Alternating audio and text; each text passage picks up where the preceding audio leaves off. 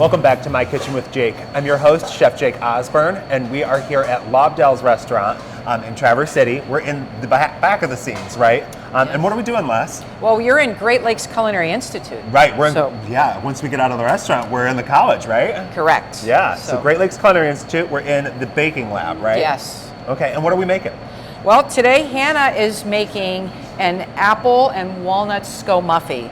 So if a scone and a muffin had a baby, it would be a Sco-Muffin. You had told me about those. I need to make sure I get one of those before I leave this place today, because that sounds amazing.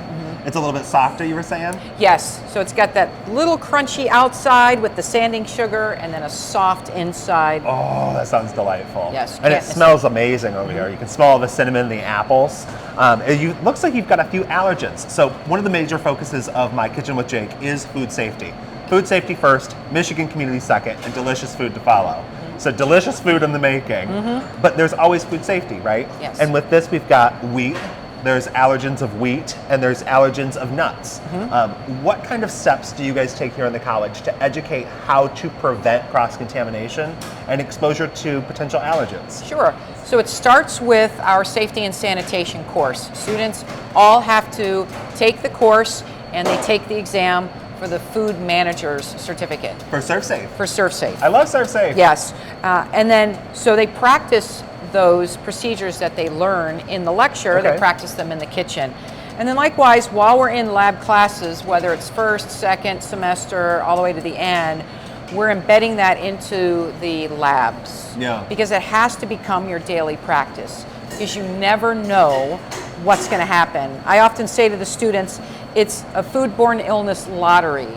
You have to just pretend that there is a foodborne illness everywhere and a contaminant everywhere. So you have to work as if you are constantly on high alert. Absolutely. So the students do learn how to watch what they do. Are they working with a time and temperature sensitive food?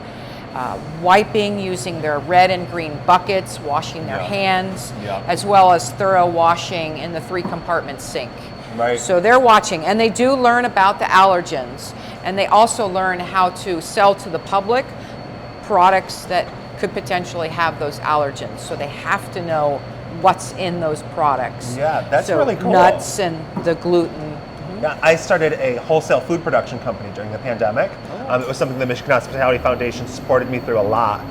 And one of the things that was really interesting was understanding how to do the labeling for a packaged product and covering all of those allergens. Do you guys touch on that here at the college? We do touch on labeling in the ServSafe class. That's awesome. And then some items that we do sell to the public have labels, so we do talk about what needs to be on those labels. So we talk about it. Yeah, so you're always making note of what allergens are in a food product, how long it's dated for, where it's going, what it's coming in contact with. That's phenomenal, and a really important thing. You really know that the students that are going out into the industry know what they're doing, and they're not going to contaminate food and potentially injure people. So that's really awesome. Yes. Is there anything else you'd like to add about the sanitation of the space and about what they're doing?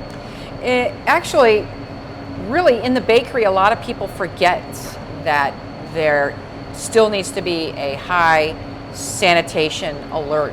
Because people go, well, you're not handling meat, you're not handling seafood, you don't really think about it.